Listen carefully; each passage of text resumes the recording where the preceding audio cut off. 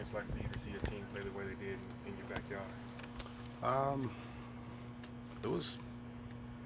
I mean, I don't want to say I expected us to play that well, but I know the work that these guys have put in, so I wasn't surprised that we had success. And I think we're continuing to grow as a team. So I'm excited that we're starting to see what we're capable of becoming actually play out in games. There were some questions about early, why aren't you just blowing teams out, those things are not of concern of us. We're just concerned about the process we believe that it's going to take for us to ultimately play our best basketball once the calendar turns to January, and I think we're starting to make that progress towards that. And Chris in particular, he's always putting up the extra shots, and to see him be able to finally knock some shots down against Syracuse, what does that just say about the work he's been putting in to do that? Well, I think in some ways it helps validate our staff's belief that work wins. That ultimately you just trust what you're doing every day. You don't get discouraged by the results. You let your work dictate how things are going to play out long term. We certainly needed it, right? Playing against the zone, we need somebody to step up and make some shots. He kind of helped open up the game a little bit for us, gave us the opportunity to start driving it a little bit more. So just proud that we've got multiple guys that can contribute in different ways and that they all seem to be ready when their numbers are called. What was that moment like for you when you stepped back in your high school gym, just reliving those memories? I've been here. I have been there. Uh-huh. It's not like I hadn't been back since I left. But to be able to take a team that I was the head coach of was a different experience. I sometimes reference my playing days, not very often. I wonder sometimes the guys don't necessarily believe that I actually played. But my name's on the wall, so there's some proof. I guess I could have staged that, but kind of validates that maybe coach knows a little bit about what he's talking about. And my high school coach being there and being able to kind of visit with our team, and my dad was there. Just a lot of people who believed in me and who support our program from afar. Being able to be there firsthand with those people was pretty special. How fun was that getting involved in practice there than on the court you played on? It was cool. I mean, for me, it's no different. I do the same thing here. I don't go up and down very often, so usually when you see me, it's in a half-court setting. So yeah, I mean, I guess in some ways there's some nostalgia there, but I really wanted to focus on trying to prepare our team as best as possible, which was necessary. You've been consistent about the process and not caring as much about the final score and what gets accomplished within the game, but at some point it's good for a team to see when they flex their muscles what they can do. So how much from a confidence standpoint did that 2 games in Brooklyn mean? I hope it means that our guys continue to believe in what our coaches are telling them. And I told them after the game, the only thing that matters moving forward is that we don't change, is that we continue to work the same way, we continue to believe in each other. It's one of those probably most unique things that I've been around as a group of kids who truly enjoy each other's success. You try to preach that stuff, but it's hard for 18, 19-year-olds who, some of our freshmen came in expecting to be probably bigger parts from a production standpoint. And how that plays out early on in their career usually determines how their career goes, what they hear back home. We've had all of them play some. We've had some of them play more. Some of them have been pretty inconsistent in terms of production and playing time, but none of them have showed any kind of negative attitude. And they've been happy that whoever's playing well on a given night has had that success because it's about our team winning.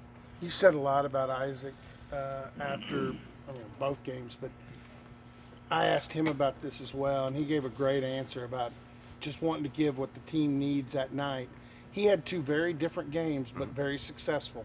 One where he had to pick up a lot of scoring, and the other where he got to distribute the ball and watch everybody get into the act. Talk about how that's good for the team to see him do that. Yeah, I mean, what he is probably a great example of a guy who's completely bought into. It's about winning. It's about putting our team in position to have success. And I don't know if we have who our best player is, right? Yeah. It's arguable, at minimum. We have leaders. We have older guys. We have some young, talented guys. But I think we have a bunch of guys who are bought into everybody from an individual standpoint, doing whatever the team needs to win. He does that because he can do so many of those things, right? It looks different for him from night to night. Some nights it is scoring, some nights it's being a lockdown defender. I thought his defense was tremendous in both games. And that's where it's got to start for us with him, because his energy, his size at his position can really be imposing for other teams' point guards. So I'm certainly glad I'm not trying to prepare to play against him, because you maybe look at his game and I don't know what he does well, and then you got to compete against him, and he's a pit bull. Jonathan mentioned how he's never played in a defense like this before. How have you seen him adjust to that? It's really hard. It's the hardest of the adjustments for any of our newcomers.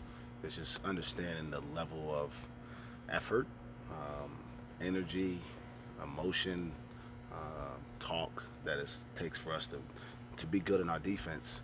It's hard to coach, to be perfectly honest.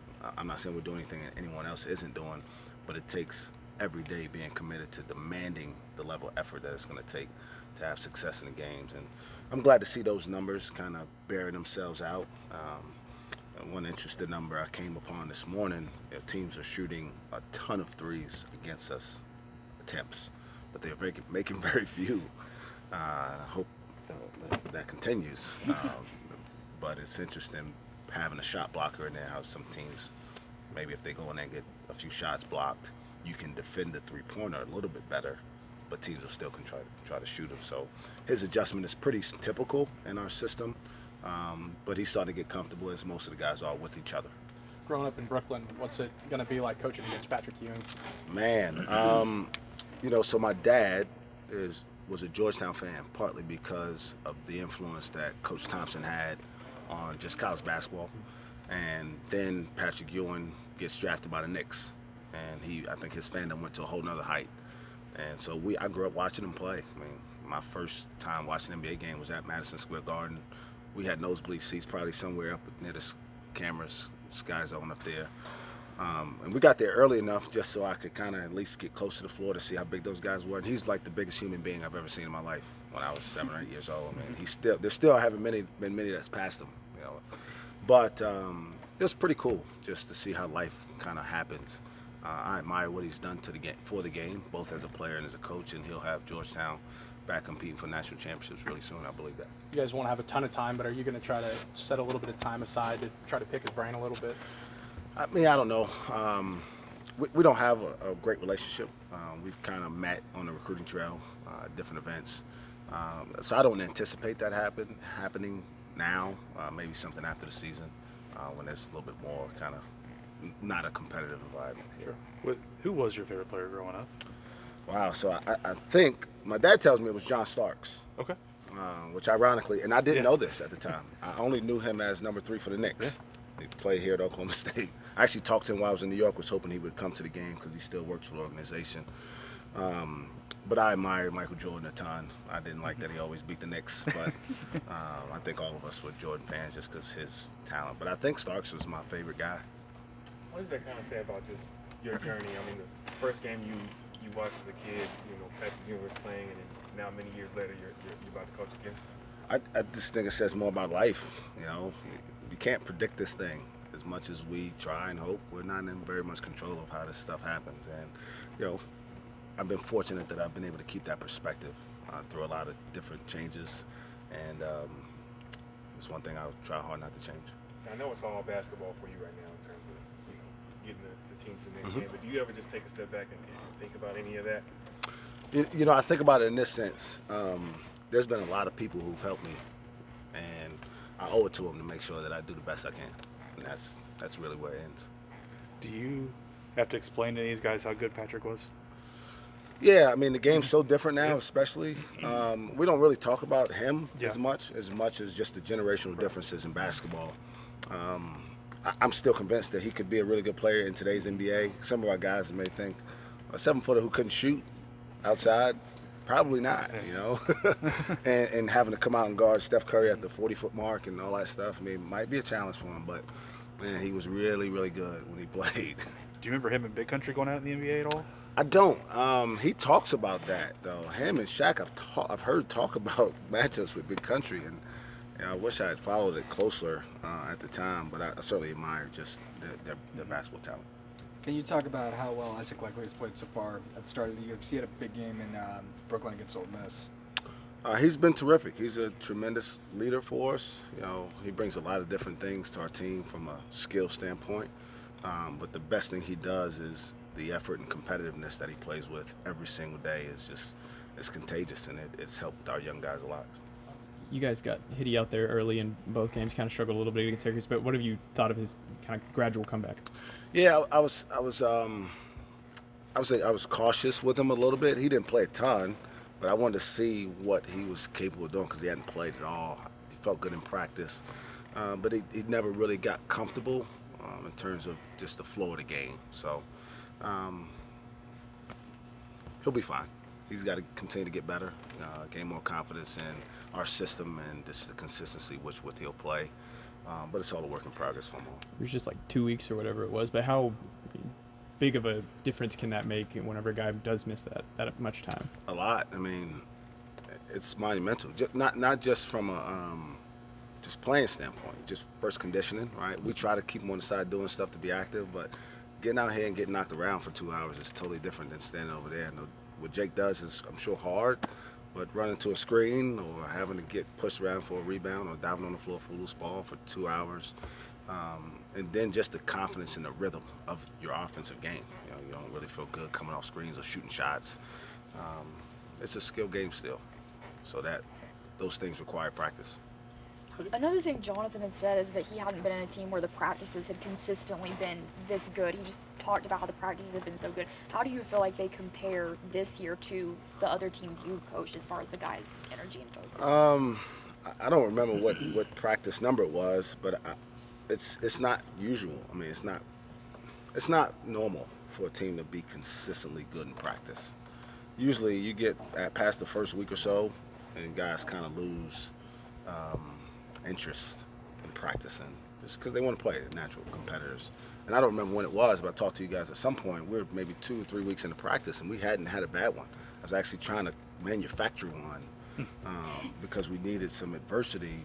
But these guys have been really, really good. And I think it's a sign of the maturity of our young guys, but also the leadership level of our older guys. How good of a test are these next 4 games heading into conference play? I mean, nice little test here. I mean, I don't know about 4 games. I know Wednesday we play a really good team that I watched go toe-to-toe with Duke at the Garden. They're Duke's second home, and probably we're capable of winning. They're the most athletic, probably most talented team that we've played thus far. And so all of our focus has to be on trying to get ourselves as prepared as possible. And once that one's over, we'll figure out what the next one is. This Big East challenge, you guys have done the SEC challenge. This is a cool deal from you, especially being from New York. Yeah, I mean, just because of familiarity with some of the teams, and obviously we'll travel to some of these places that I probably visited when I was younger, Seton Hall, Villanova. There's some new teams in the league though, Butler and Creighton, so Xavier, that I haven't necessarily been associated with the Big East when I was younger. So I think it's cool just because it gives us another quality opponent every other year at home. So along with the SEC challenge, we'll always have, in addition to the 9 conference teams coming in here, we'll have at least one other. We'll always try to schedule a couple more outside of the league. They're coming off a loss to but a good mid-major team. Do you think that kind of guarantees that you're going to get their best coming off that loss? I have no idea. I always prepare my team to play against the best version of whoever's coming in here. It doesn't matter whether it's Georgetown or Roberts or UMKC.